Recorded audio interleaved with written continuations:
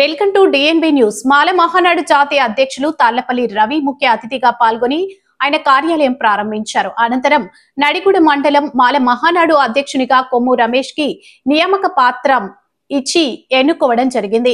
నడిగూడెం మండల కేంద్రంలో మాల మహానాడు కార్యాలయాన్ని ఏర్పాటు చేయడం చాలా సంతోషంగా ఉందని అన్నారు.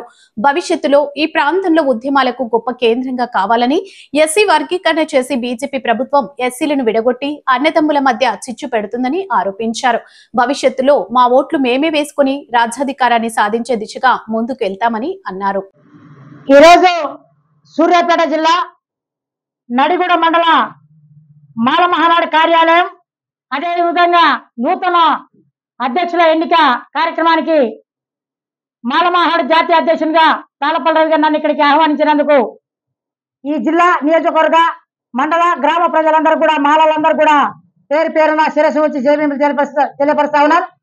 అదేవిధంగా మాల మహానాడు నాతో పాటుగా మాల మహానాడు జాతీయ మహిళా అధ్యక్షురాలు గాజుల పున్నమ్మ గారు, అదేవిధంగా మాల మహానాడు రాష్ట్ర సోషల్ మీడియా కన్వీనర్ మరి తిరుమల ధనమ్మ గారు, ఈరోజు నూతనంగా ఎన్నిక కాబడినటువంటి మన తమ్ముడు అంబేద్కర్ వాది, మరి ఇక్కడ నియోజకవర్గంలో జిల్లాలో రాష్ట్ర వ్యాప్తంగా మాతో పాటు అనేక సంవత్సరాలుగా పనిచేస్తున్నటువంటి వ్యక్తి కొమ్ము రమేశ్ని మండల అధ్యక్షులుగా, అదేవిధంగా మరి కోదాడ నియోజకవర్గ అధ్యక్షులుగా తమ్ముడు అంజని, ఇక్కడ మహిళా అధ్యక్షురాలుగా సోదరి చెల్లె పేరేముండే లావణ్యను ఏకగ్రీయంగా ఎన్నుకోవడం జరిగింది.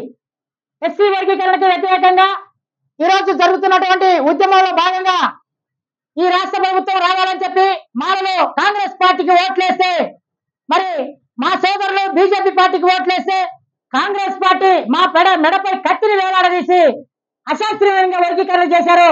దీన్ని తీవ్రంగా మాల మహానాడు జాతీయ అధ్యక్షునిగా ఖండిస్తా ఉన్నాం.